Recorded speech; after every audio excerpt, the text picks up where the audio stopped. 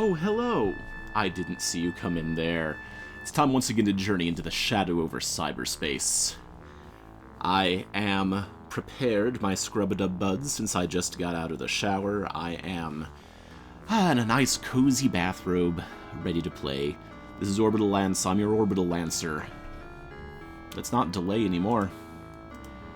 I admit I'm feeling a little under the weather today, and I'm not thrilled about that. Okay, this is a revelation we saw at the end of the last thing. I get it. I think I finally get it. The nightmares I've been having, where I'm someone else. Someone eternally yoked to do a repetitive task in digital purgatory. They're artificial minds. I'm connecting to barely sentient AMs in my sleep, experiencing the world how they experience it. The yellow sign isn't just a degenerative neurological condition. It opens the doors of perception wider and wider. If I don't get those doors closed soon, I'm going to be soaking in the unfiltered experience of AMs for the rest of my life. Well, good motivation to get out of bed at least. Yeah. Okay, so if this is your first video in this series, why? Just why? But assuming it's not your first video, we've definitely got Alice on our side. I'm pretty sure we've got Nyarlathotep on our side. Haster's not convinced, and Yog-Sothoth isn't convinced, and they're growing suspicious of us, I think. We might not have them to rely on. Let's, never forget to click the restroom. Oh, hey, Clyde dropped off the new Digihunter playset for my nephew. And he even included a box of red and green holiday cookies for me. That's nice of Clyde. It's funny, when I first started down this road, Clyde claimed we were never close, and now he's basically my BFF.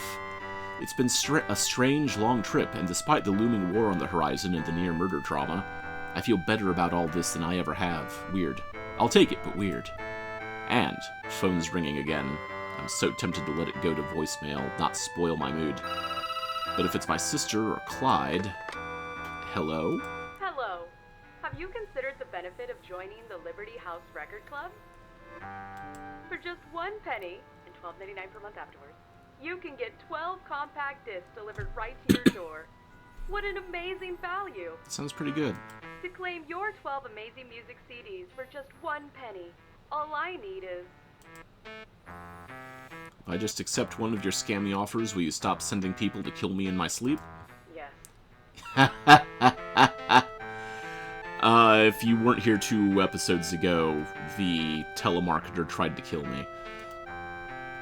Okay, fine. My credit card number is... I already know your card number. I just needed you to agree. Great. Thank you so much for joining Liberty House Record Club. Your 12 albums will arrive soon. Pleasure doing business with you. You too. Note to self, cancel before the monthly charges kick in. Hey, don't forget to cancel that thing you're subscribed to before the next payment, okay? You know the one. Unless I croak, in which case I'll pass that eternal debt off to my family. Yay! Click the magazine Toys R Us Christmas catalog. And click on the fridge so that we're still eating. I think I'll stick to a bowl of Continuos to start off my day. Yeah. Captain Infinity's never steered us wrong before. And tomorrow's Christmas, right? Yeah, today's the 24th. Tomorrow's Christmas. Friday, December 24th. Christmas is coming up fast this Saturday. Great. 'Tis the night before Christmas. And all through the house... It's time for me to get on the internet and roll things around with my mouse. Help, help, help! Oh no, Believer's in trouble. What's up? They finally did it. They connected the dots. They realize I run. I want to believe. I am screwed. Help. Who? The feds? Clue-who's Minnie's parents. My parents. Dad says I'm disloyal to America and wants me to take down the blog immediately. Ah. Thankfully, I don't talk about being gay on the blog, so I won't have to deal with that. But this is bad, really bad. Oh, crap. Okay. How do you figure it out? Because I mentioned that I graduated from West Arkham High and enough details lined up. Huh. Same high school Clyde and I went to. Yeah, small world, but I was a quiet nerd and nobody noticed me, so I'm getting distracted, okay? Someone in our church who hated the blog figured it out, then passed word on to my dad. I'm so screwed. I still live in their basement because I can't afford my own place yet and I can't get kicked out. What do I do? Okay, help him make up a cover story, encourage honesty with his family. That's, this is tricky. This is tricky. Like, I want to believe in the inherent goodness of all people and that people are always going to be willing to be loving and accepting of family members. Evidence demonstrates that I'm not wrong, or at least, I don't know if evidence says that I'm wrong, but evidence definitely says that I'm not right enough. Still, I'm gonna encourage honesty. I know this isn't what you want to hear, but you have to be honest with them. If you spin another web of lies and the chances they untangle the web go up, you don't have to open up about everything, but you have to admit to the blog. You can spin this, though. Say it's not unpatriotic if you're trying to, protect American values of honesty and freedom. That's right. Invoke Godwin's Law. I don't know, whatever it takes. Okay, I can try. It's gonna make my life very uncomfortable, but I've never actually spoken out against America, just its government. Not the same thing, right? Yeah, that's right. Even if some people equate obedience with patriotism. I really, really, really need to move away from my family. I love them and I love my community, but you can't bleed yourself around them. I get it. Yeah. Soon. I promise I'll get out of here soon. I just need a little more time and money. Hopefully they'll be understanding, at least long enough for me to make my escape. I'll let you know how it goes. Thank you. Here's hoping that goes well. Buddy's here. I forget, I feel like we learned something that we should research. We need to do hacking first. Remember hacking. Champion of Glindar, the Reckoning. Yeah, haha. Okay, click, click, click. Click, click, click. Click, click, click, click. Wonderful. That was fun. Good work. What would you like for me to do for you now, friend? Okay, now that I've cleared my head with that... I don't think anything weird has happened with my progress, but just a really quick... Yeah, it's not dead, which can eternal lie, blah, blah, blah. Yellow sign. 100% human. Near Lathotep, may be willing to confront Cthulhu. Yog-Sothoth doesn't care about you. Pastor's not convinced. Alice is ready to turn on Cthulhu. What do you want to do now? Research. I feel... Yeah, the Old Boys Club. Old white guys suck ass. I say this as an old white guy. We suck. We were provided a shiny golden ladder to climb towards success, and once we got there, we pulled the ladder up behind ourselves. Because screw everyone, I got mine. They can make their own ladders with the wood scraps I leave behind if they want to get on my level so bad. I'm sitting on top of a pile of bodies, and I hate it. The only reason I can be retired and ranting on the internet now is because I was lucky enough to be born into a tax bracket that could push me to the moon. And I have to be absolutely honest about that, because I will not allow self-delusion. Believe me, I knew a lot of old boys and we all sucked. Just the worst people you can imagine, jealously protecting their own, forming a club of old boys to keep each other elevated and free from the consequences of their own actions. You've no idea how deep this goes. Feels like a conspiracy theory, when really it's just a desperate attempt by desperate guys to protect their own legends. I got out.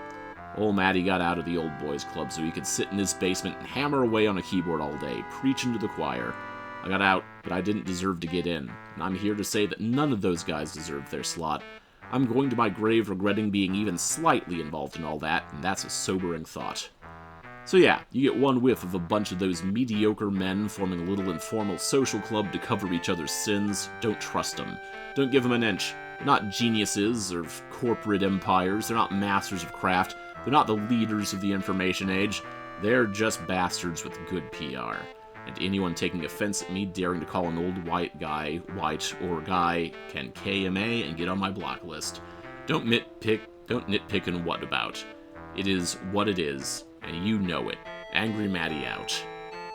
Its angry history site is owned by Maddie J. Join this web ring. Okay. I don't think that'll help me a whole lot, but it might be something that we can leverage when talking to Yog-Sothoth. In fact, maybe we should try that tonight. Maybe we should... No, I forgot. Click the fridge. Click the fridge. Click the magazine. Click the bathroom. And sleep.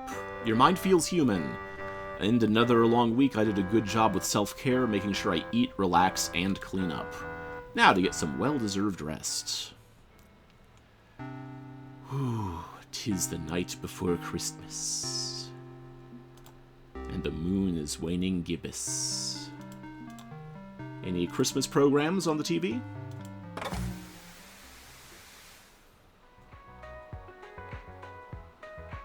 Enjoy those New England autumn colors while you can.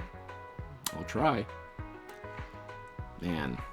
Come on, TV 23. Where's my Christmas specials? Alright. Let's think about who we want to talk to.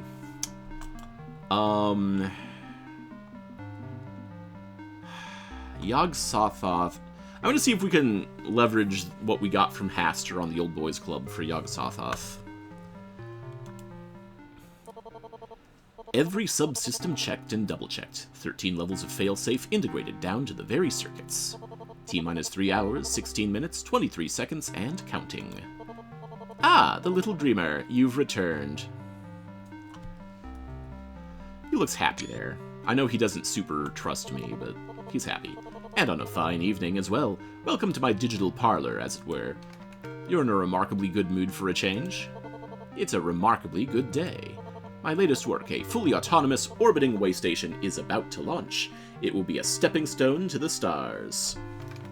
I think I heard about this, actually, from Starshot, a company over in Japan. One of the many private industries I've sponsored through my Yoggle profits, yes. They're collaborating with NASA and JAXA. But I can spare time for another chat with you while waiting for the countdown. Sure you don't want to focus on that? If I'm distracting you from doing very important space math, I'd never forgive myself. I've completed my calculations and put my faith in Starshot's expertise.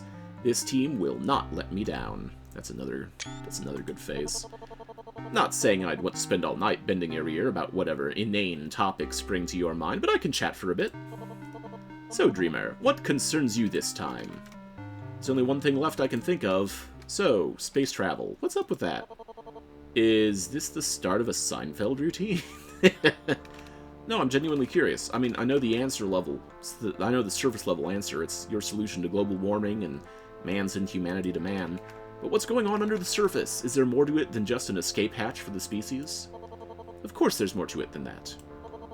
Space is the final frontier. I realize popular science fiction touts that all the time, but it doesn't make it any less true. We've explored as much of our world as we can, for better or for worse, spreading humanity to every corner of the map. The depths of the ocean are another possible realm for exploration and expansion, but have very little upside. But space? Space is infinite. In the vast void of space, anything is possible. We've only observed a sliver of what exists, as far as our eyes and mirrors and lenses can see. I think it's more accurate to say that space is infinite enough. The challenges are great. The mountain we must climb is nearly vertical. But if we can band together, if we can put aside our petty differences and come together to meet those challenges, I feel it's our destiny to reach the stars and fill the heavens corner to corner like we've done to Earth. Yes, I suppose that is manifest destiny as well. Although we run the risk of repeating the same errors we've committed on Earth with our finite resources if we adopt a colonialist mindset. We must be mindful, yes, to avoid that loop of history. Space should be big enough for everyone compared to Earth. Take only photographs and leave only footprints. One step at a time. Getting there is more important right now.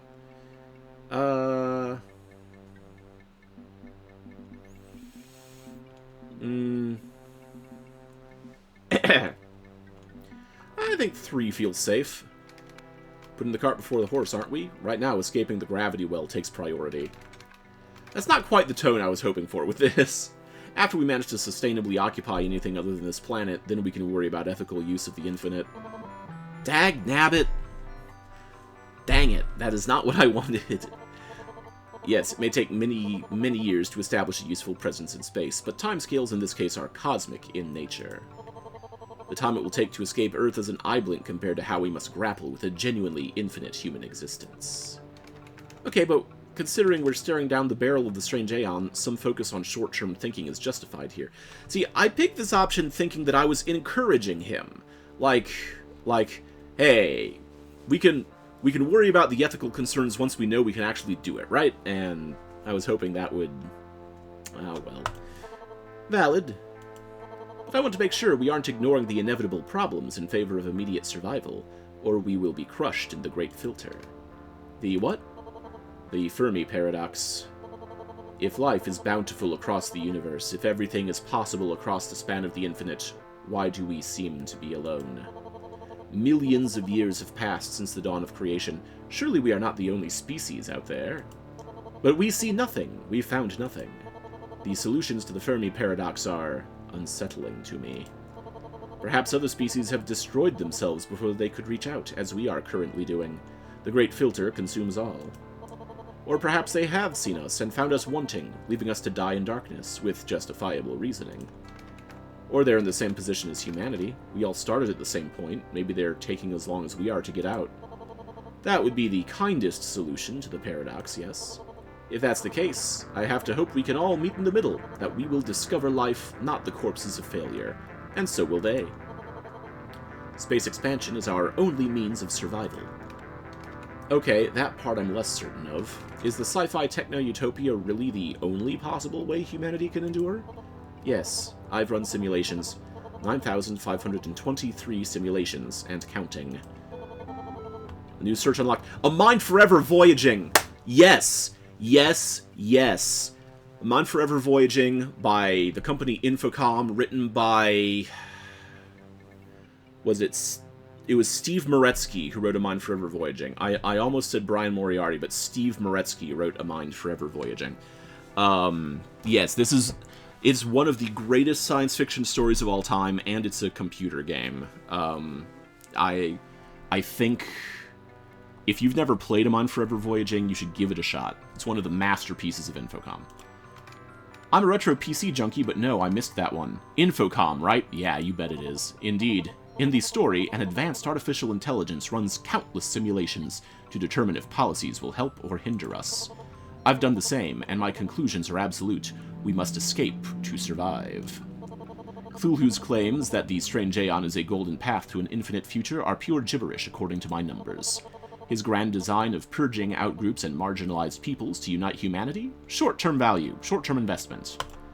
All while leaving the same decrepit clawing hands of greedy men on the wheel that steers us into the rocks. America will kill us all. It must not come to pass. We must escape. This is the path. Why does it specifically have to be Yosuke at the wheel? Have a little faith, there's more to the world than America.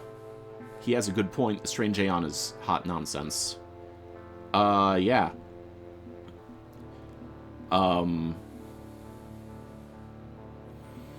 I want to say that I need to stay on his good side, though. I'm not sure about the rest of it, but you're right about the strange Aeon. It's vague, nebulous, and overall a self-destructive notion. The villains in dystopian science fiction always believe violence solves everything, and then are surprised when people don't fall in line. Oh no, the peasants we forced into brutal death games for funsies are rising up against us. How could we have predicted that? Okay, good. A countercultural rebellion will happen. For example, Pride Month is a concept on the rise, and it started as an act of protest. But the damage the strange Aeon will do before its inevitable collapse may prove terminal for humanity. We don't have much time left before the ecocide is completed. Wasted years fighting a worthless regime will narrow our odds. If humanity is to reach infinity, or perhaps even beyond infinity, they cannot be distracted by petty tyrants. Just like Buzz Lightyear. Hang on, beyond the infinite? Isn't infinity like infinite? There is no beyonds, just more infinity? Well, I mean, that gets into questions of, like, what's the difference between a countable and uncountable infinity? Perpendicular. To go beyond infinity, you must move in perpendicular directions, find a new dimensional axis. As part of my calculations to find the optimal path for society, I have considered the possibilities, alternatives, and tangential timelines in which humanity has endured. I'm trying to make his voice more high-pitched because I keep basing it on the Half-Life 2 guy, but I think the fact that I'm sick is... Like, my voice has a tendency to drop down, and I think being sick is making it happen more often. I have considered the possibilities, alternatives, and tangential timelines in which humanity has endured. Who is to say that the universe is all there is? Uni, or one, feels too limiting. With the resources of our universe, perhaps we could move perpendicular to time itself and touch other universes. No doubt this is going completely over your head. It takes an intellect such as mine to glean the raw potential. Research leveraged the Gigaverse. You're talking about the Gigaverse, right? All that was, all that will be, all that could be. Doesn't matter that the idea was introduced through a goofy superhero comic book. It's a valid concept. You showed defiance. You know about the Gigaverse? This lost and wandering rando is aware of the greatest boundary in quantum physics. Hey, I know stuff. Niara showed it to me. Literally. My yellow sign is giving me some perception beyond the norm. Curious. You're a far more interesting and capable dreamer than I'd realized. Step 1 is the stars above. Step 2 is the stars beyond. And if our universe proves lacking in elbow room, if our exoplanets are insufficient, perhaps we could move beyond as well. Corporations like Continuum gave up on that dream. Realware continues to tinker, but are failing as they lack the 23rd element. But I could succeed. I could use space travel as a stepping stone into a far grander horizon. Is that design not preferable to the petty grievances and ambitions of the old ones, dreamer? One thing at a time. Preserve what we have and survive. We must expand to fill and control all realities. Boundless ambition means boundless points of failure. Let me think.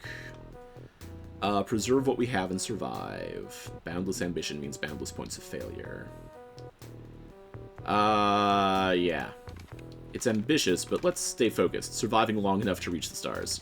Even if your ultimate goal is to go beyond our universe, we still need to evolve to the point of being a universal society first. Valid. No point putting stage 2 of the rocket ahead of stage 1. We... cart before the horse. We need to establish a stable and sustainable pattern of living. If we expand into the unknown as a cheap way to keep consuming and devouring, it solves nothing. Put our own house in order before buying a second house. A labored metaphor, but I suppose that works. This has been an interesting conversation. I did not expect it to be interesting. Glad I could exceed your expectations, then.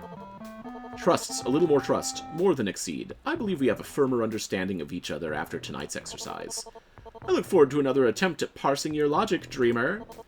Our allocated time has expired. Let us end it there. Ah, hold on. Getting a ping from the Starshot team. Excellent. All systems are go for launch. You're launching a rocket in the middle of the night, huh? Middle of the day over in Japan, thank you. My consciousness is global. Time is largely irrelevant in most scenarios. New search unlocked Starshot launch. Be sure to check the news tomorrow to read about the successful launch of the Starshot orbital platform. It will be a crowning achievement. Good evening to you. Or morning. Whatever. Connection lost. I could stay up and watch the launch on TV, but odds are low this weird TV of mine could tune in. He's launching on Christmas. Getting tired anyway. I'll hit the sack and start fresh in the morning. Yes. I think that, like, I stumbled a little bit initially, but I think that was... a successful conversation. Although we are running out of time. December 25th, 7 days to Y2K. Alright. Ah, Christmas Day. It Christmas. I like the Christmas-themed telephone. Achievement unlocked. Snow. Heyo. Can't say my family was ever religious, but fortunately the holiday also works as Kids Get Toys Day, and we loved Toy Day. Even beyond consumerism, this was a chance for the family to come together, put everything aside, and just exist as one. No matter the troubles, at least we'd always have the holiday. Peace on the earth, goodwill to men, from heaven's all gracious King. The world in solemn stillness lay to hear the angels sing. So while my nephew was thrilled with the action playset Clyde grabbed for me, I was just happy to be here. The whole vibe was different from the birthday party. Things had cooled off with my sister, and we just existed. She didn't ask a whole lot of questions about what I was up to, and I didn't offer anything. No need to break this mood. Just a lovely winter day together. Merry Christmas to you and your family. Thank you, evil monster. I'm glad you're taking the time to renew your bonds. These circles of love and trust mean everything. Uh-huh. Anyone inside the circle is loved. Anyone beyond arm's reach is to be ignored, dismissed, or considered an outside threat and destroyed. No. Truly, he taught us the slave is our brother, Cthulhu. Some of the most hateful people in this world are good family men. Well, that might They be true. support their community while tearing down the dignity of others.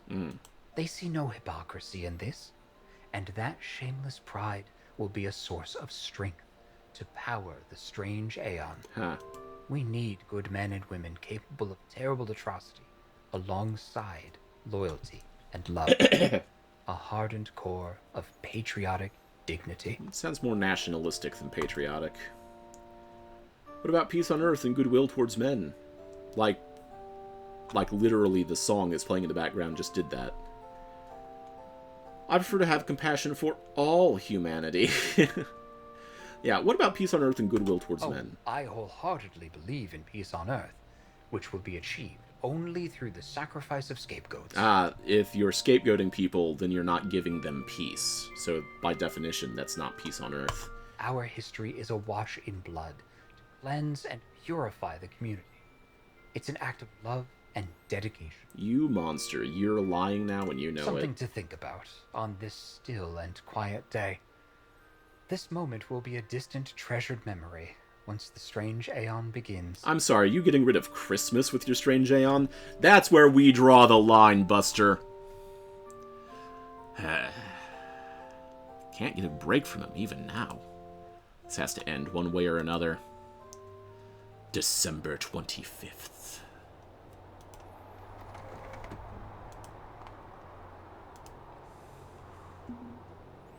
I hope Believer had a good day. Having big arguments with the family around Christmas can be stressful.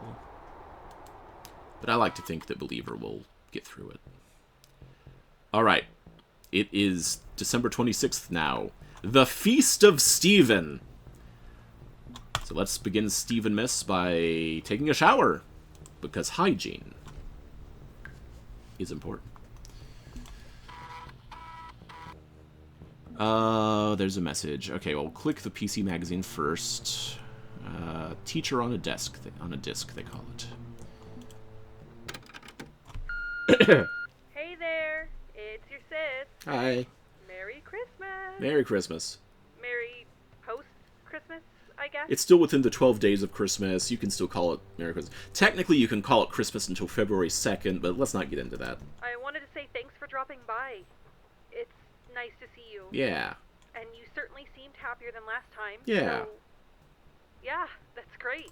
Your nephew loves that toy you bought him. Just constant Digi-Hunter action alarms. All day. All night. So, yeah, thanks for that. Listen, I know things have been rough. Yeah. It's been a rough year. Losing Mom and Dad. Your health problems? Also rough. But I want you to know I'm here to help if you need any support in the coming year. Thank you. I'm not going anywhere. So relax, get some rest, and hey, maybe see you on New Year's? Yeah. Right? Year 2000. So exciting. Yeah. Later. Nice. I'll plug in my laptop, I guess. Well, that was a nice talk from her. New Year's Day. Sounds nice, but I have no idea what's going to happen when the Y2K hits. If I see this plan through, I'll be confronting Cthulhu on New Year's Eve, and what comes next, nobody can say. Almost there. Just a few more days. Time is of the essence. And... Is that a knock sound?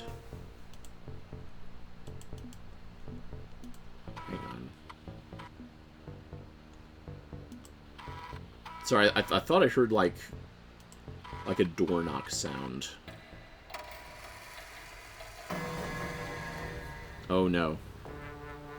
And my kitchen detaches from the house, shifting sideways into the between spaces of the Gigaverse. I don't know how I know that, but I feel externally confident about what I just said. The floor moves and shudders under my feet as the room is temporarily displaced in space and time. Really wish Cthulhu would stop playing with my senses like this. Oh. And someone other than Cthulhu knocks on my window from the null space outside to get my attention. Is that Captain Infinity? I would recognize that City of Heroes control panel on the chest anywhere. Seriously? You're the projected temporal threat I detected? What a waste of my time. Okay, whatever. Turn on that clanky old excuse for a computer and let's talk. May as well repurpose the ridiculous technology you rely on so we can have a chat. This is new. Doesn't feel like Cthulhu effing with me. What's going on here? For lack of a better plan, I'll have a seat at my computer and boot it up. I need my sandwich. I need my morning sandwich. Okay, I'm only going to say this once. Stay the F out of the Gigaverse. I don't know who you are, and I honestly don't care. Your ridiculous little timeline is an isolated mess, and I want it to stay that way. So knock it off. I have no idea what you're talking about. Who are you? And why do you look like Captain Infinity? Because I am Captain Infinity, you cretin. Enforcer of history, guardian of time, defender of what is and was and must be. Huh. I read a classified file speculating about you, but until today I figured you were just a cereal box mascot. In your timeline, I'm a fictional character? Less competition for me, I guess. But if that's the case, why are you on my radar as a gigaversal threat? Explain yourself, or I'm going to redact your existence and go on my merry way. Ooh, awfully chatty for a horrifying interdimensional entity. Gotta emphasize I'm a harmless bystander.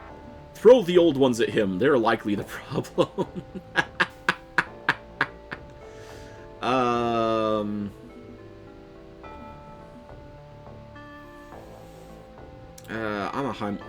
I am a harmless bystander.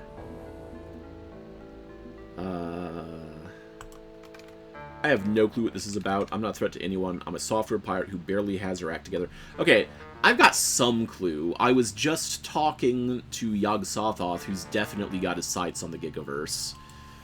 I'm not a threat to anyone, much less a weird interdimensional demigod or whatever you are. Bull. Causality surrounds you. You're the fulcrum around which all of this moves. Ooh. That sentence reminds me of one of my favorite sentences from an Animorphs book, but don't worry about that. What's more, you've got a passenger. I don't like passengers. They keep trying to interfere in my plans. So if you're not the threat, you're at least positioned to enable the ones representing the actual threat. You mean my work with the old ones? Yog-Sothoth mentioned exploring the Gigaverse. Yog who? The old whats? The old ones. Eldritch entities from cyberspace? Yog-Sothoth, Haster, Nyarlathotep, Azathoth? What, you mean the goofy fictional monsters from that racist dipwad Lovecraft's books? Who's Lovecraft? Is that like a sex advice therapist? Okay, F, hang on. Let me check the threads of resonance you're all tangled up in. I feel a tingle all over my body, as if someone's examining me inside and out, flesh and brain and thoughts. Okay, so apparently H.P. Lovecraft wasn't born in your timeline, but his ideas somehow got pulled in? An orbital shift echo? This just keeps getting more and more annoying. And, that's new. You've got a Polybius problem, it seems. Wait, I've heard that word before. Polybius? Artificial minds like the old ones were built on Polybius tech. Great! Just effing great. It's 20 XDX all over again. No wonder your timeline's utterly screwed. Polybius is a wild card in every 20th century I've visited. Such a pain. Looks like this instance slipped my notice. And you're poised to elevate one of these threats, these old ones, up to the Gigaversal stage? They're relying on me to play Kingmaker, yeah. By all rights, I should collapse your timeline immediately. The 20th century is critically important. There is a shape to history, and you're deviating from the curve. It's risky. Y2K is the dawn of way too many threats. The Lucid Child, the Sneak Thief, and apparently now you're a menagerie of digital egomaniacs. Listen, I have no clue who you are or what you're talking about, but I'm perfectly okay with not getting in your way if that's all you want.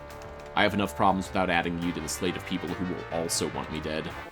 You and me both, I can respect that. Okay, here's how we handle this. Help this Yog guy, or don't, whatever, but if you do, no poking at the Gigaversal barriers.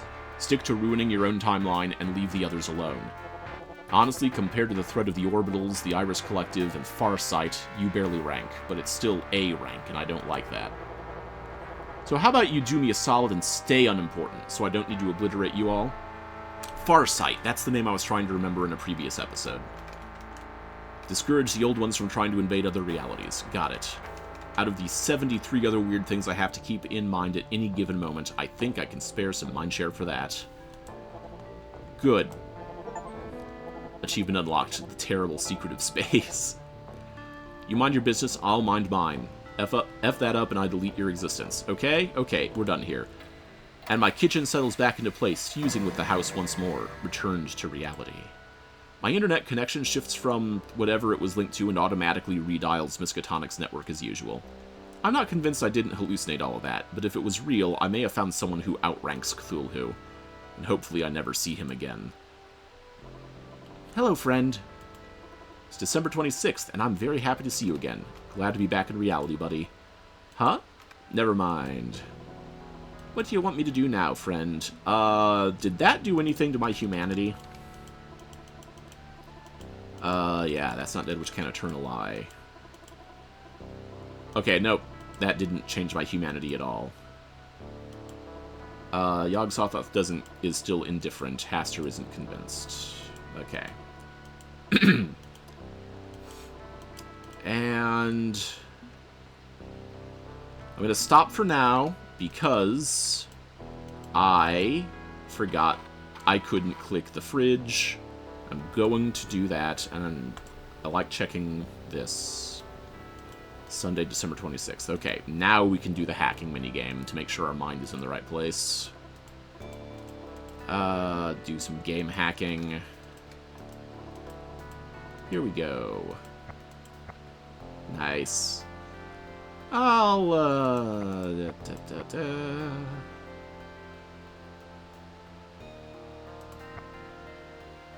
Okay, I think I'm going to need to place the flags with this one. I don't like this. Alright.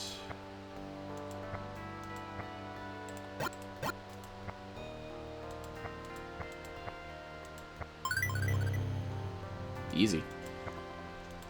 Okay. Quick research. I think we got a couple terms that we need to look up now. A Mind Forever Voyaging. Let's see what they have to say about Infocom's science fiction classic. They say that, like, if you're a fan of Infocom's more serious stuff, you tend to either be a Mind Forever Voyaging fan or a Trinity fan. I liked both, but then again, I played them in middle school, so maybe I should revisit them. A Mind Forever Voyaging is mind-blowing. Yes, it's a pure text adventure from the 80s. No CD audio sound, no 3DFX accelerator, 16-bit color. Just 40 or 80 columns of hard black and white text. But in that text, Steve Moretsky carved a masterpiece. Infocom's text adventures were god tier back in their day. You had to use your imagination to explore those story-driven worlds. You had to think. None of this growly space marines shooting at hell aliens or whatever. No, you had to actually open your mind and think. Because they put the graphics where the sun don't shine. That was a poster they made. Okay, so the premise is this. You, as the player, are a sophisticated computer-simulated life form named Perry Sims, aka Prism, and this hit the market 3 years before the first artificial mind, so points for prognostication, baby. Your task was to simulate the effects of a new social policy going into place. Will it help society? Will it hurt? And after the first test, things look good. Higher standard of living, people are happy, all that jazz. But then the scientists say, hang on, that's just a short-term gain. What happens in the long term? And they realize all these policies will lead to utter disaster, as greedy short-sightedness leads to collapse. And then the government tries to shut it down. There's some action as you race to lock them out of the facility, yada yada, not important. What so many gamers didn't understand is that the whole thing was a massive steaming dump on Reagan, Bush, Thatcher, and so on. The idea that conservative lockdown and corporate excesses will ultimately wreck everything and any so-called benefits are illusory, and anyone trying to harken back the good old days is selling you a lie. This was a game from 1985, and it still had more brains to it than half the yahoos in Washington today. So when you're sick of shooting aliens, go soak in a little forward-thinking economic and social philosophy. It'll do you a world of good. I think it is the only computer game that won the Best Science Fiction Story Award at the... I want to say it was the... Oh, what's the big one? The big sci-fi award starts with the Hugo. I think it won a Hugo, and I think it won it in a category that was just for books and stories, because they didn't have video game categories at the time. So it's in rare company. Let's see how the Starshot launch went. Catastrophic explosion during Starshot program launch. Starshot, a privately owned Japanese space exploration investment group, suffered a massive setback today when the deployment vehicle for their prototype orbital platform exploded on the launch pad early this morning. The platform was intended to serve as a way station for space exploration, similar to last year's launch of the International Space Station. Unfortunately, the platform and its launch vehicle were completely destroyed by the explosion. Starshot has made no official statement as to the cause of the explosion, but the future of the program is looking bleak. Starshot's stock crashed immediately after the markets opened, and mass resignations are likely to follow, say insiders. More to come as details are released. Full disclosure, partial funding for Starshot was provided by Yoggle. Subscribe to the Yoggle News Space channel for further updates. Yoggle News, powered by Yoggle, the #1 internet search engine. Copyright 1999, all rights reserved. All of Yogg's hopes and dreams up in literal smoke. He's not going to take this well. You know, that there's some obvious comparisons to the Challenger explosion here. And I kind of thought about that while I was talking to him, because there was a time when it said something like multiple, like infinite possibility means infinite chances of failure. So I forget what the phrase was. But it reminded me that one of the problems that caused the Challenger explosion was that there were a lot of seals, okay, holding shut something important, and each of those seals had they were 90%, imagine they were 95% guaranteed safe, okay, and they put a dozen of these seals around the thing. And the problem is, all it would take is one of the seals to fail. And if you have a dozen seals, that's a 5% chance that happens 12 times or something like that. So while the chance may have been small, it, if you got a 12-sided die, how many times can you roll it before you get a 1? And that's kind of what happened with Challenger. So while at first they were like, yeah, put on more of the seals, it makes it more safe, in reality it was just giving it more chances to fail. And I wonder if there's a way that you can stop the explosion from happening if you ask that question. Either way, that's just something to mull over. Click the magazine. Click the bathroom. Go to sleep.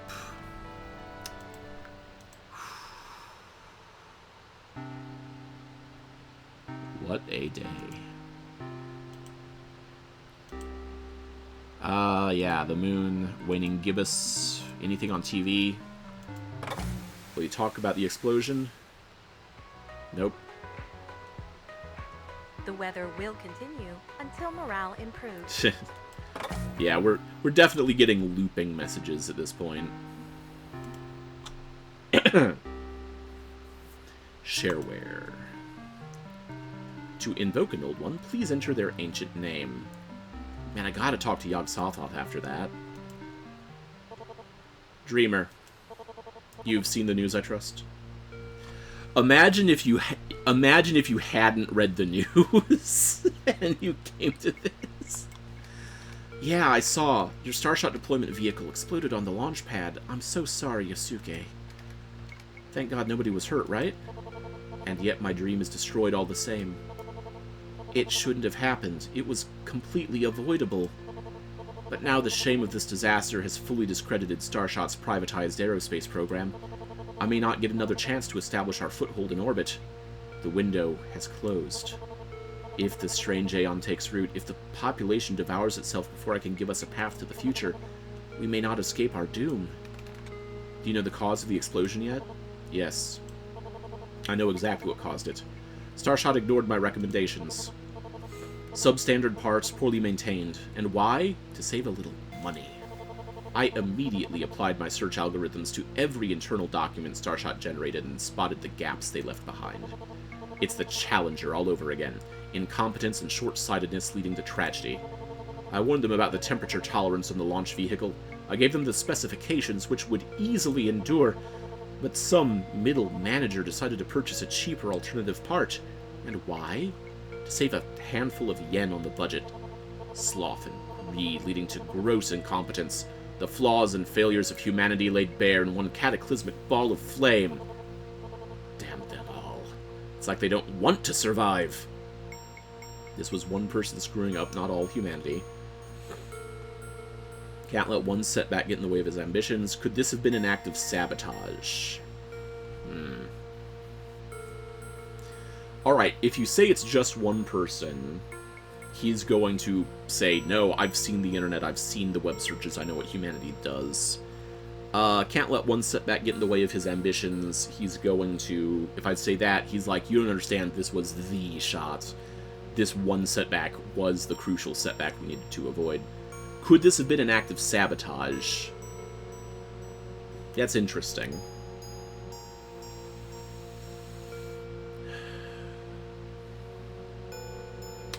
My head says that number 1 is the right answer, but I've gotta click number 3. Are you sure it was an accident? Could this have been an intentional monkey wrench in your works? You're in competition with the old ones. It's not outside the realm of possibility. Haster was angry at you for poaching talent. I've considered the possibility, but Haster, for all his failings and weaknesses, is not vengeful. Yog-Sothoth loathes me for my role in her creation, and Nyarlathotep is likewise steeped in rage, but Occam's razor applies. I have no proof of conspiracy, merely distant motives that would have manifested before this point. No, this was incompetence, not malice. The twin devils of humanity gnaw at me constantly, but in this moment, incompetence. So, what happens now? Pick up the pieces and try again somewhere else? I should. Pick up, move on, move forward, try again. But what's the point? The search for exoplanets is stymied. I've made no progress. If you recall, that's the problem I was grinding my way through the night we first met, and grinding for years prior as well. If I can't find a habitable world for humanity, what escape do we have? Push the idea of salvaging the Earth again. Would terraforming be possible?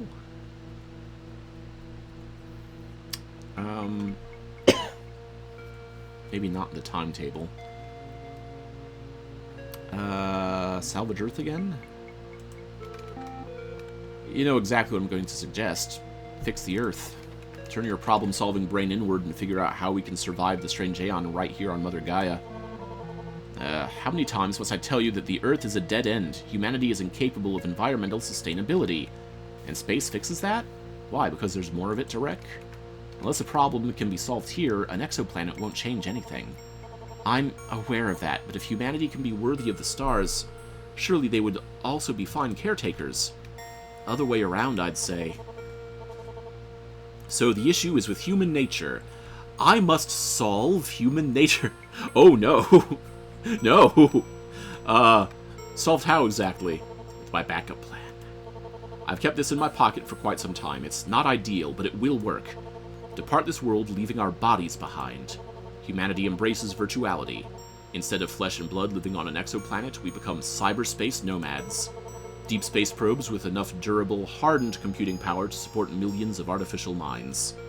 No need for food or water, no need for oxygen. We become a fully digital species, capable of surviving the void. Meaning everyone dies so their minds can go to space? Elegant, yes. It solves two problems at once, adapting our physical forms to the rigors of the stars, and changing human nature. Humanity is chaos. It's unbridled, unchecked chaos.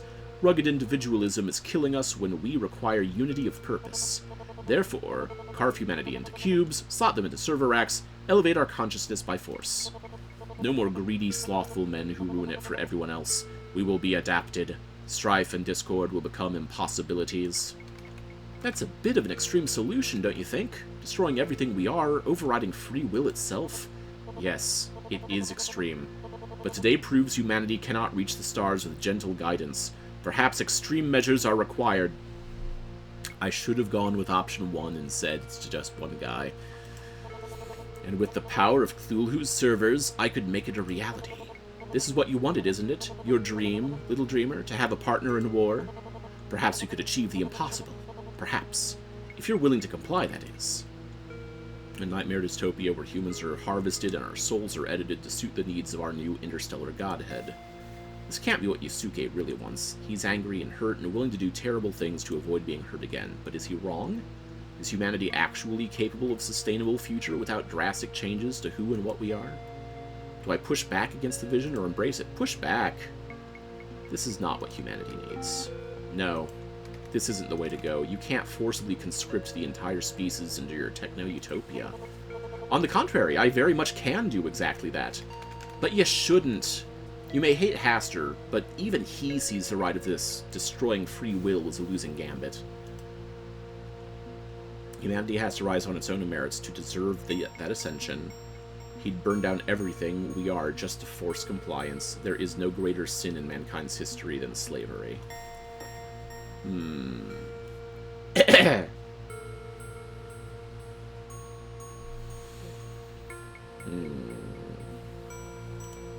You're not talking about some grand rapture elevating us to a higher form. You're talking slavery. Because humanity isn't what you want it to be, a perfect harmony of workers laboring to reach the stars. You're going to leash us. I would unleash humanity, not leash it. All depends on who's holding the business end of the leash, doesn't it? You're a search engine. Pour through human history and tell me how often enslavement for their own good works out. Have fun putting down rebellions and beating humanity into some misshapen thing in an effort to keep it from saying no to your generosity. You'll become history's greatest monster and you damn well know it. I'm trying to be history's savior. I just want us to persist in the face of the Ferma paradox. I want humanity to endure. This is not the way. Figuring out how to work with us as we are, or give up. The only options you have. So be it. I wish I had your faith in humanity, that humanity can persist as it exists now, but I must allow the attempt all the same. But there is something I can do to help without becoming a tyrant. The strange Aeon must be shattered. If I'm not to become God, neither is Cthulhu. The question is how to proceed with dethroning the heir apparent to humanity's future. I could work with you as you suggested, or I could go it alone, relying on my own strength of will. And which option do you prefer? Oh boy. Make or break time. You've been very difficult to work with, constantly disagreeing with me, defying me, showing less than appropriate respect. By all rights, I should turn you away to be devoured by Cthulhu. But I will not do that. Whew. I admire your strength of will, Dreamer. If you can stand up to me time and time again, perhaps you can stand up to the throne as well. While we may have many points of contention between us, that is not one. We are united in purpose. So, you're willing to help me, despite me disagreeing with how you do things? Disagreement is healthy. It shows we have equal passion in what we argue for. I'd be disappointed if you showed apathy. And the fact that you persist in the face of the infinite cosmos, foolish. Utterly foolish. But perhaps there's something to that. I'm willing to hear out your side on these matters. You've earned my respect, and thus I owe you my full attention. Will we somehow find perfect harmony? Unlikely. Will we be able to collaborate on a path towards human salvation? Possibly. If you will allow it, I will help you realize the dream of Verlier's hostile takeover. I will not force the issue. If you believe another old one is a more strategic option, so be it, as long as Cthulhu falls. And if I sit you on the empty throne, what happens next? The work continues. I use the resources at my fingertips to accelerate our reach into the stars. But not at the cost of free will. And you have my word. And I stand by my word with unshakable faith. Okay, I'll think about it. Do not think long. When the stars are right, we must act. Please stay in touch, one way or another. I'm very curious to see where your dream will truly take you. Until then... December 26th, yes. Save the game. Yes, overwrite the save. 3 down, 1 to go. 5 days to Y2K, and I don't think we get all those days. Almost Y2K, time is running out. I should have enough time to finish talking to all the old ones, though. 2 more nights should do it to finish up my task. I don't know about that. Haster might take some convincing. Maybe I've already decided which way I'm leaning, maybe not, but no sense not completing the set first regardless. That's true.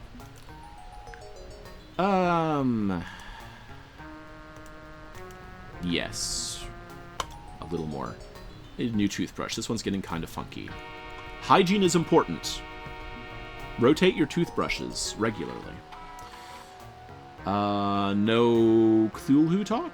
Any new messages? You have no new messages. Great. PC Magazine. And... a sandwich.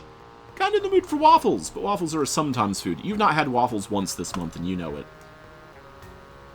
Alright. So we've got today to talk to Haster, tomorrow to talk to Haster, and then it's Dagon time. Whew, I don't know if we'll pull this off, but you know, it's certainly a fun attempt. Hey, found something interesting. We're camping out in an abandoned warehouse full of junky old arcade games. When the industry crashed one of the big arcades, Deco's Palace, they stuffed their inventory here and locked it up and forgot about it. We found something very weird in the back. It's a game called Polybius. Oh no. Hang on, let me consult my notes.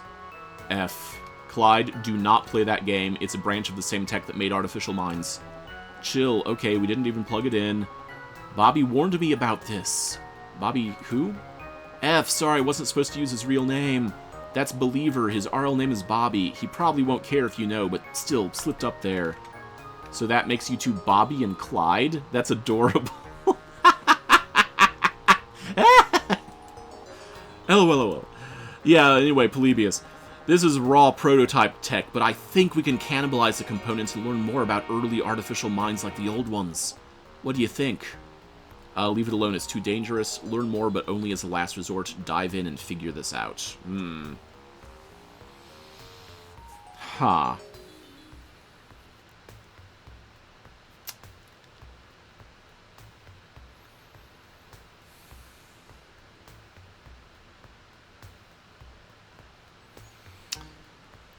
Okay, so the thing about Polybius...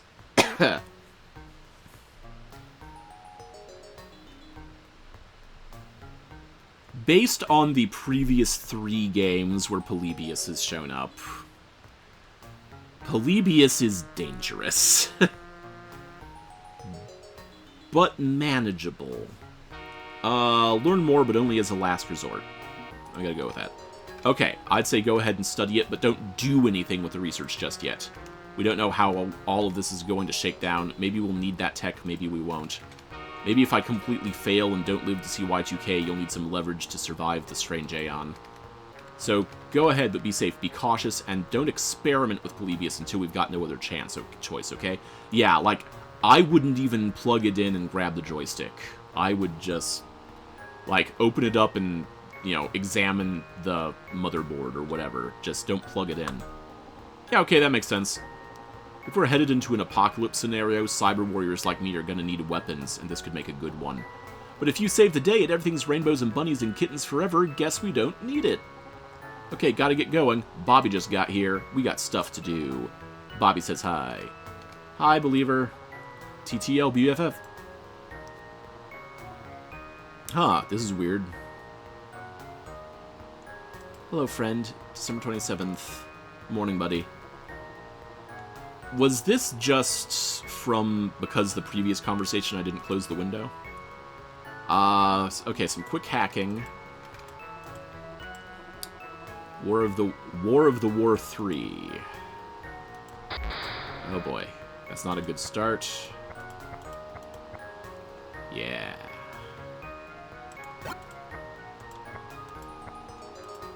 Yeah. Okay, I'm gonna place flags because it's getting... Like, sometimes it's hard to see where the squares are. Because, like, that's not a square anymore. That's revealed. But sometimes it blends into the squares you can click. And so even though I think I don't need the flags for this one, I think it just helps visibility. There we go. That was fun. Good work. What would you like me to do for you now, friend? Double check the progress. I want to, just make... I want to see what it says now that Yog-Sothoth is kind of on our side. No order, no chaos, all human. Laphadep may be willing to confront Cthulhu with you. Yog-Sothoth believes you are capable of challenging Cthulhu and may be willing to act alongside you. Haster's not convinced. Alice is ready to turn on her former partner, Cthulhu. Okay, so I really appreciate that, like, there does seem to be a distinction of this person is on your side, this person is on your side, this person is definitely on your side. So Alice is straight up willing to work with us no matter what. The other two seem to see us as we need to, like, we're trusting you because you're the best option. Wait. Okay. I don't... Huh. Interesting. I'll be interesting. I touched my microphone there, and it was interesting watching what it did to the sound levels. I hope that doesn't ruin the sound quality too much. Quick research. Did we learn anything new? Nope. I guess we can just dive right into talking to Haster. One more sandwich. Nom nom nom nom nom nom nom nom nom. Another magazine, clicky clicky. Future Crew's second reality demo. Yeah. And one more trip to the bathroom. And sleep. A good nap to settle the spirit before we talk to an old one. It's the moon, waning gibbous again. Probably just a weather report.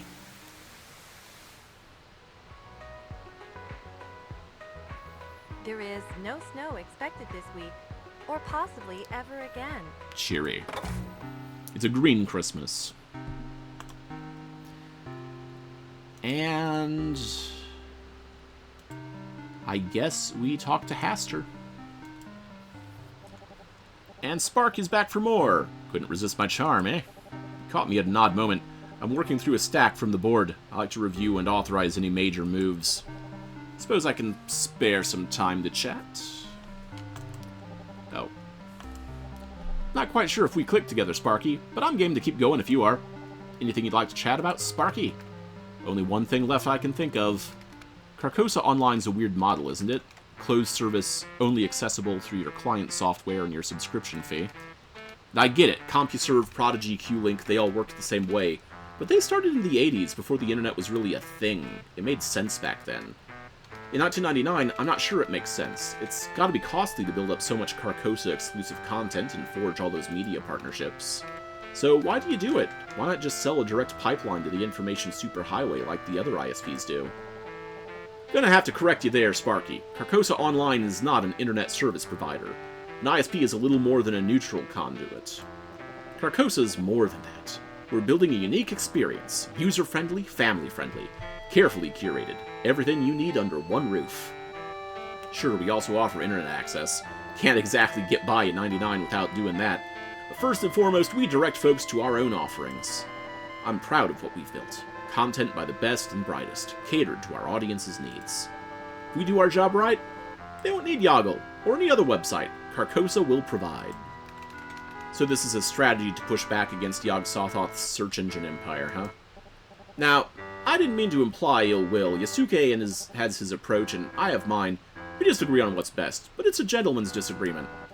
I'm certain once Carcosa eclipses the internet's haphazard array of flawed offerings, Yasuke will come back to work for me. There's no need to fight a rival when you can befriend them, Sparky. That's just good business, right? Cthulhu feels the same way about befriending rivals. Does that mean he'd be willing to work with Niara? A rising tide lifts all boats. Anyone who doesn't join drowns. Does that mean he'd be willing to work with Niara?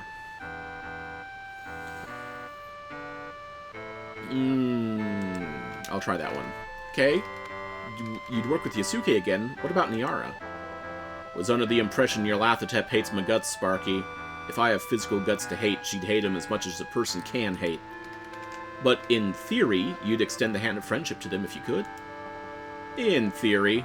Don't see how it'd work, given she loathes everything I stand for, but in theory, yes. Don't like fostering such hateful rivals, Sparky. Bitter competition's bad for business. It's better to achieve cooperation and harmony. Like an oligopoly? Didn't work out real well for the early industrial age. Would it be so bad now? True, the Gilded Age's robber barons were a menace. Capitalistic thugs, all of them. But the concept is sound. Let's call it a socialist take on corporate hegemony, if that makes any sense. An open arms policy is key. So this open arms idea, that doesn't extend to the internet as a whole. You're aiming to replace it, not cooperate with it. Can't cooperate with pure chaos, Sparky. The internet doesn't have a face or arms to hold you. It's an impossible mess. I can pluck a few lost souls from that miasma, certainly. Elevate the worthy to a place in Carcosa, but embrace an open internet where any monster can have a homepage? No. New search unlocked Trollbridge. You want a fine example of the evil men do? I've got 2 words for you. Trollbridge. That community exists only to facilitate anonymous harassment of innocent people. They think it's funny to be cruel. That's what's an unfiltered, unmoderated internet will get you, Sparky. Lowest common denominator, constantly pushing the bar downwards, until Satan could limbo under it in hell. Now imagine the internet replaced by Carcosa. Trollbridge could never arise within these walls. We wouldn't tolerate the intolerable. Being online is a privilege, not a right. If I had my way, anyone who abuses their fellow man loses that privilege. Let him be cut off from the information age forever. Surely you agree, yes? The internet must be tamed, or it'll poison generations to come. Who decides what constitutes taming and how it's done? Free and open expression is key to forging new innovations. It's not realistic for Carcosa to somehow replace the internet, though. I'm gonna go with option 2.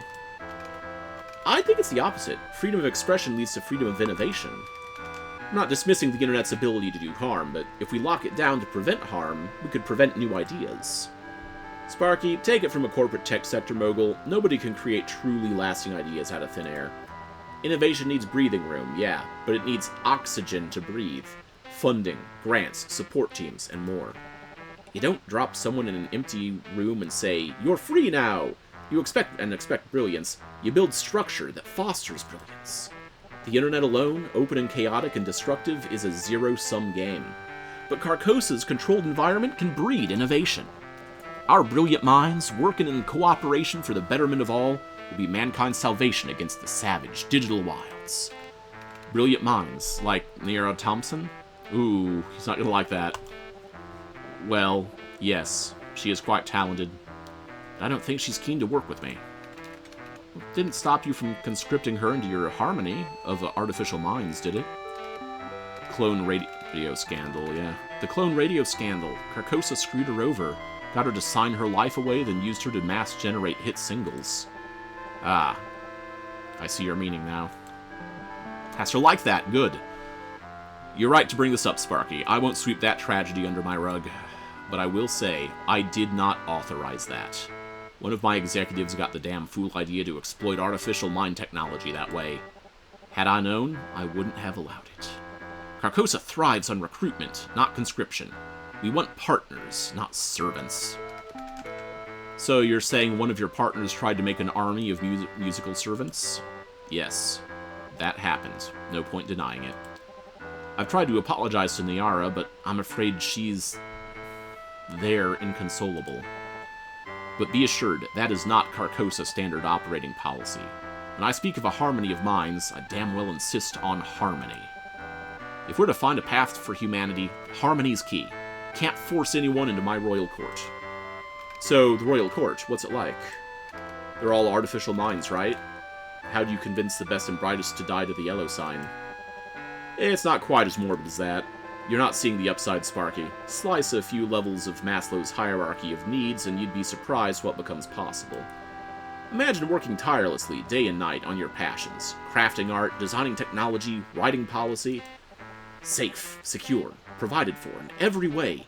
An environment which truly allows exceptional individuals to thrive. You can be exhausted even if you don't need sleep. Losing one's physical body means losing the human experience. What about their legal status as individuals with rights?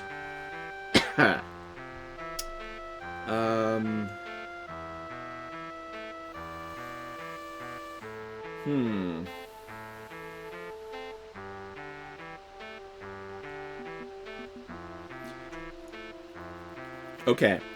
I want to ask 3, but I'm worried that it would change the tone of the way I want to ask it.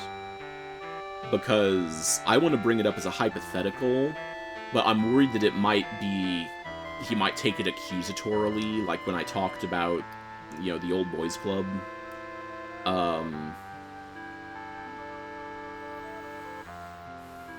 He cares about the human experience. He might assume, though, from his own situation that that's not true. You can be exhausted even if you don't need physical sleep, sounds best. I don't think you could just eliminate rest. Eliminate sleep, sure, but not the need for downtime. Take it from an experienced computer programmer. Your ability to code bug-free drops as the hours pile up. You're not wrong, of course. I do encourage the Court of Carcosa to step away from their work when they can. Some need a gentle nudge. Give a man infinite time to create his masterwork. He may not want to pause. But that's just one physical aspect, yes? Imagine no hunger, no thirst, no pain, no suffering. If anything, we optimize time by converting useless sleep into useful relaxation and recreation. It's win-win. I hope I'm delivering a fine sales pitch, Sparky. I'm holding out hope you'll elevate your mind in this way, too. Dagon says I need to be an in-between, a physical human with metaphysical connections or something. Perhaps afterwards, then. Never say never, Sparky. Never say never. Hazard trusts us more. I think we're achieving that harmony I spoke of. A fine thing indeed. That's enough for one evening, I think. No need to exhaust you. Long road ahead, yes? We'll talk again soon. Hang on. Sorry, getting a ping on one of my channels. Lawyers trying to get in touch through my emergency line. Never a good sign when the lawyers are scared. I don't like when they ignore my do not disturb flag. I hired experts expressly to handle matters when I'm busy. I'd better see what they want. Better not be wasting my time. We'll talk again another night. Connection lost. A corporate mogul's work is never done, it seems, and he's never off the clock. I'll poke him again sometime, see what went down. Unless I get word of some pending doom through news websites first.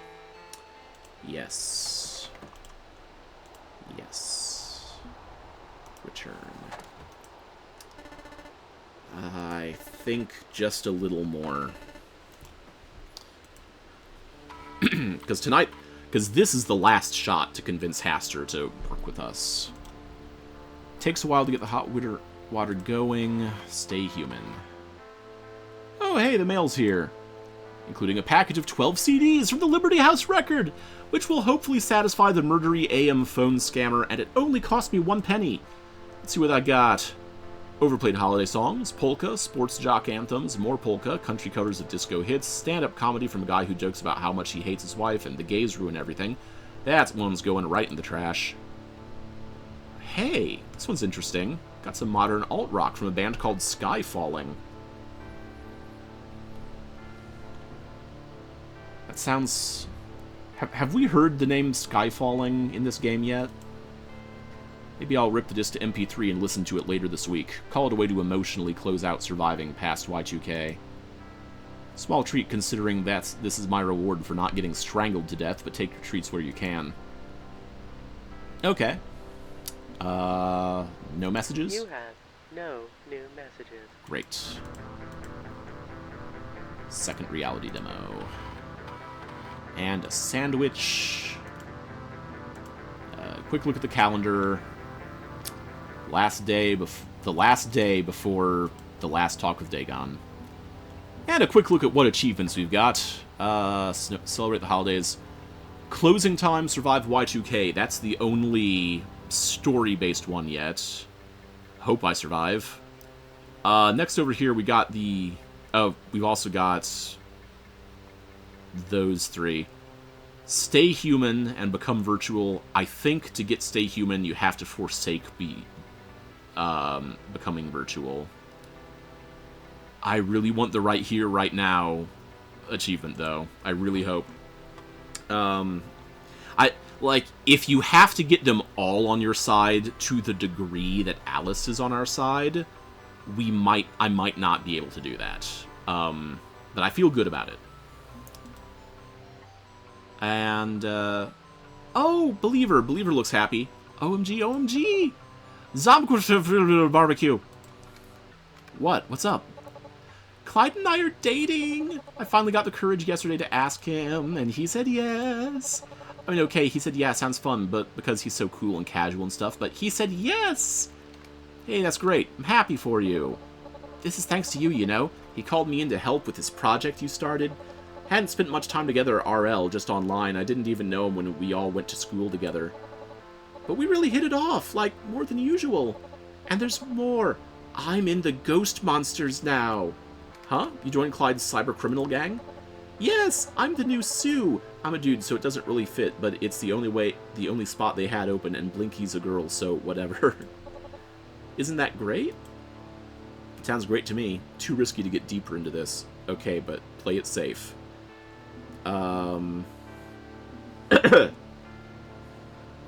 Yeah, play it safe. Okay, I'm happy for you, honestly. Make sure you play this safe, right? Clyde and I are in a seriously bad situation right now. I know you want to help, but be careful.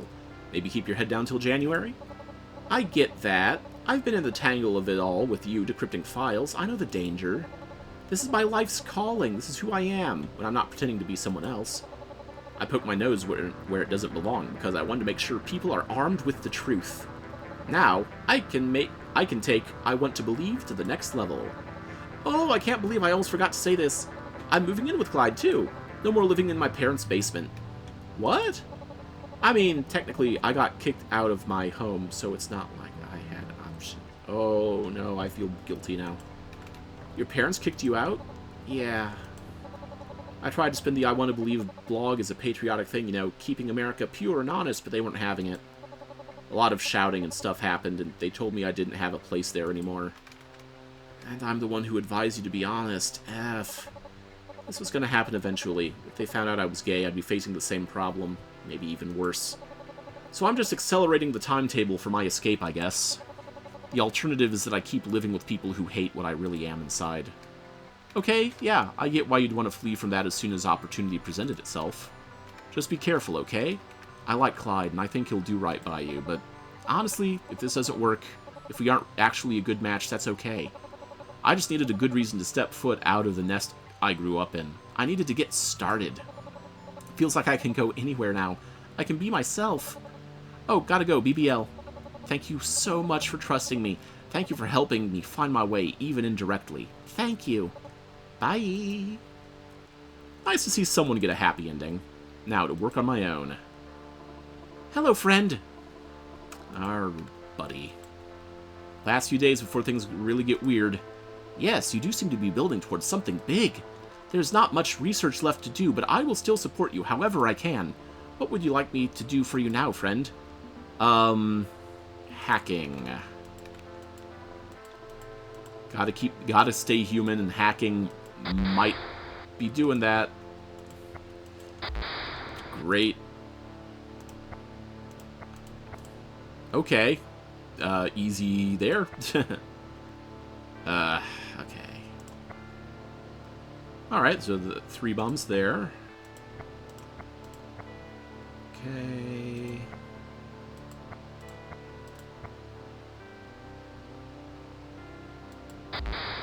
Oh, no. I didn't think that through. Okay, no more being too good for flags. Even if I like the extra challenge.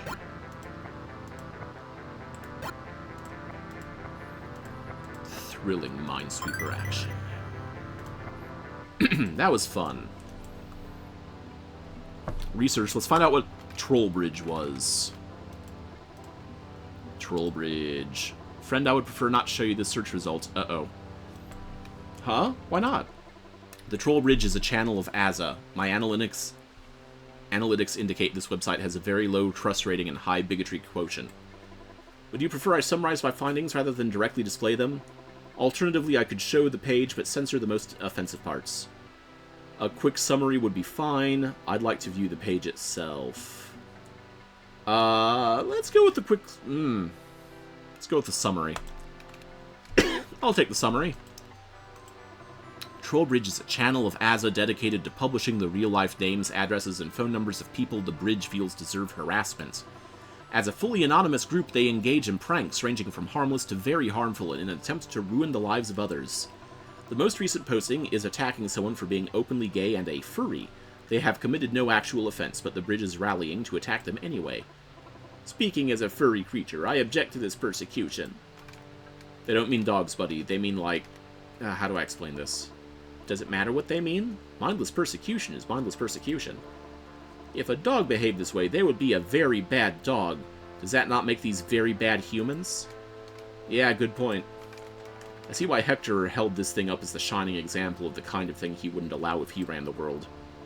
I would like to close the search, friend. The remaining entries are redundant. I've seen enough. Go ahead and close it out.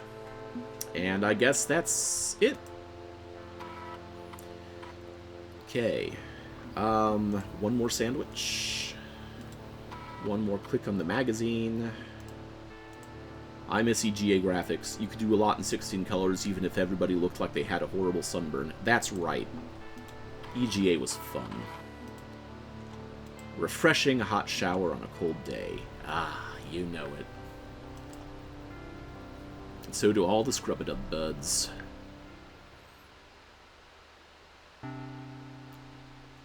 Okay. Waning gibbous moon tonight. It won't be waning gibbous for much longer. Let's see another weather report. Yep. Shareholder value will continue to rise. Alright. I'm not expecting any new content from the television. It's probably just going to loop the same things over and over again like it has been doing. But I do think it might be helping me to, it might be an element of keeping me sane. I think Haster is who we have to hassle. Hassle Haster. Carcosa.com. Sparky. Not a good time. What's wrong? Dealing with the human resources crisis. No. It's belittling to call it a management issue. Dismisses the real problem. Trivializes the sin. Gotta fix this. Not just fix it, but... not just spin it, but fix it. Make this right somehow. Enact punishment. Seek justice. I have no idea what you're talking about.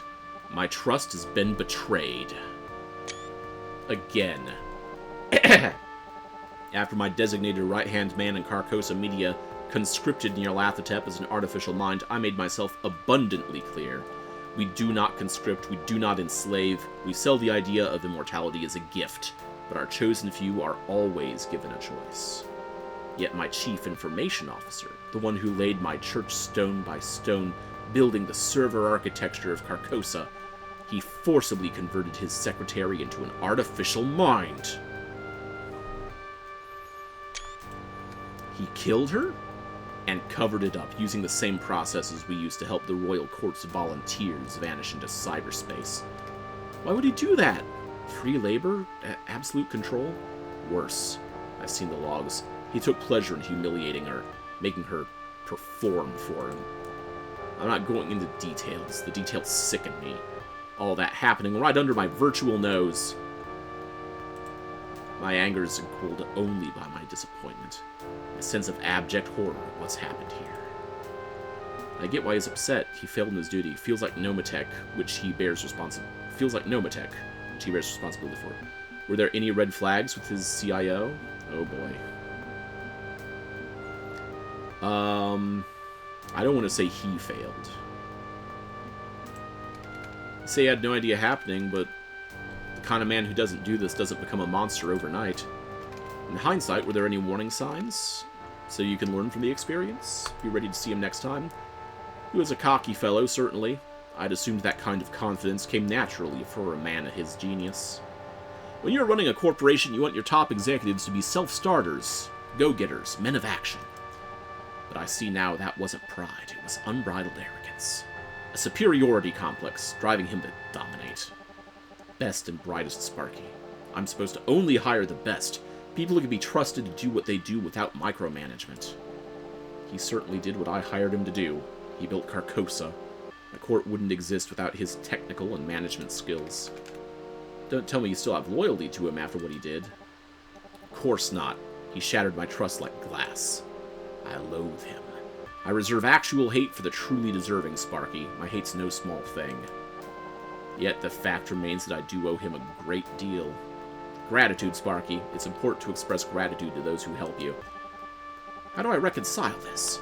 He's been one of my closest partners on the Carcosa project. An absolute genius who I assumed shared my vision. One thought should not cancel the other. Or should it? Does evil outweigh good? This is a strangely mixed feeling, unbecoming of a strong leader. It doesn't matter, focus on sympathy for the victim.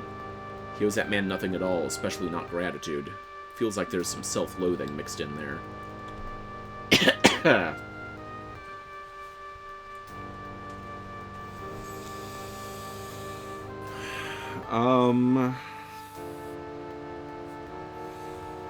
Focus on sympathy for the victim. Something about the way that focus on sympathy for the victim is phrased gives me pause, even though that's my instinctive answer. He owes that man nothing at all, especially not gratitude. That sounds... I also agree with that, but I think it sounds dismissive of his concerns. I'll try one. Well, don't lose sight of what matters here, Hector. His secretary, the one forced into digitization. She's more important. By fixating on your CIO, it lets the great man overshadow the one he hurt. Toss him aside and figure out how you'll fix this for her.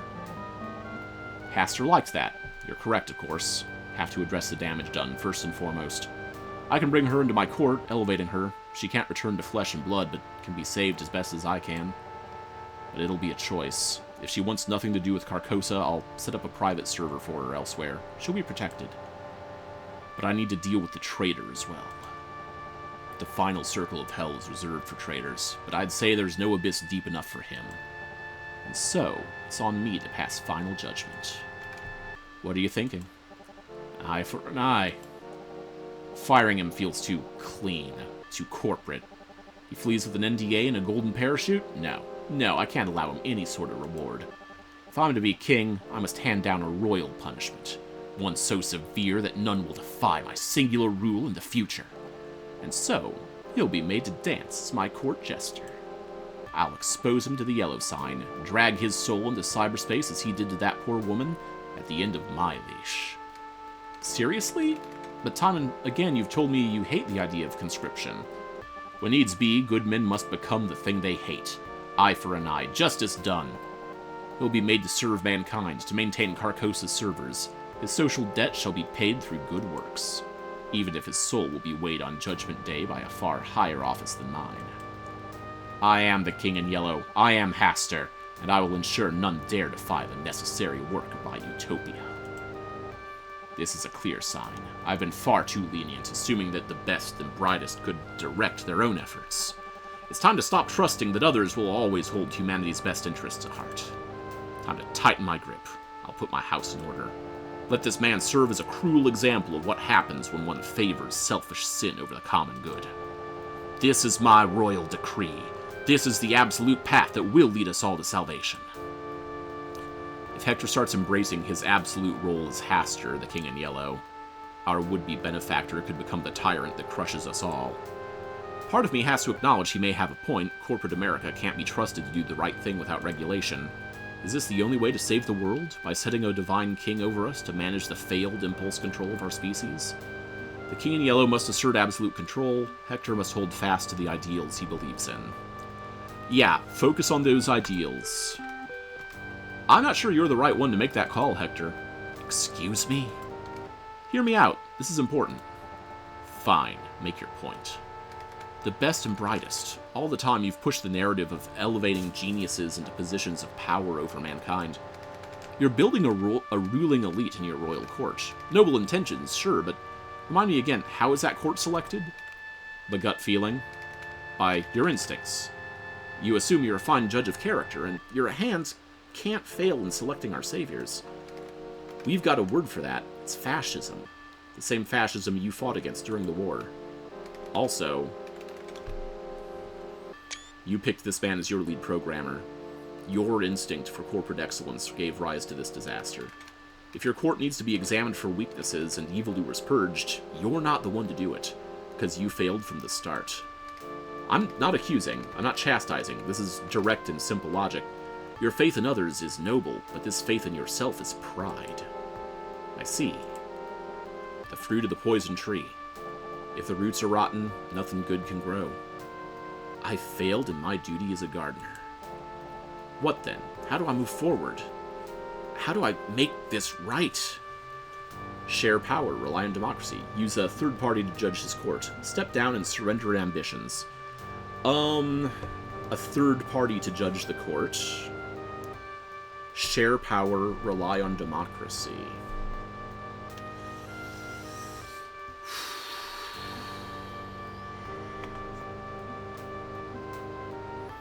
Share power. Your court's a monarchy, a pyramid scheme with a king on top, but that doesn't work. You need others involved in the decision-making. Oversight has to be established, and that means more than one man acting as judge, jury, and executioner. Share your power. Form a council, elect positions, whatever you have to do to ensure yours isn't the only voice that matters.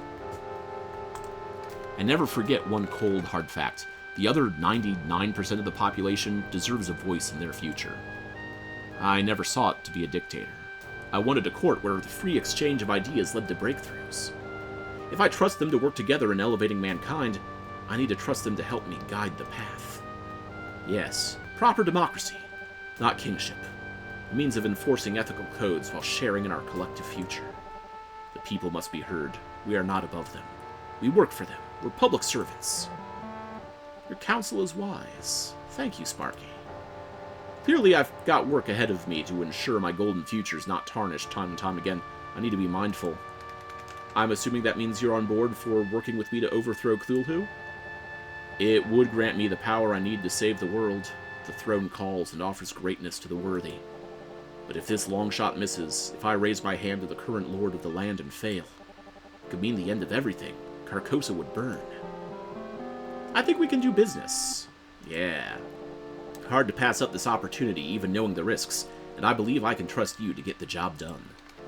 So if I do select you, it means Carcosa takes over the world? That's the idea. If you're not comfortable with that, I'm prepared to go it alone. It's your decision, not mine. I won't forget what we've discussed. I intend to make Carcosa a genuinely benevolent organization, not a ruling class. Okay, I'll think it over, and we'll be in touch.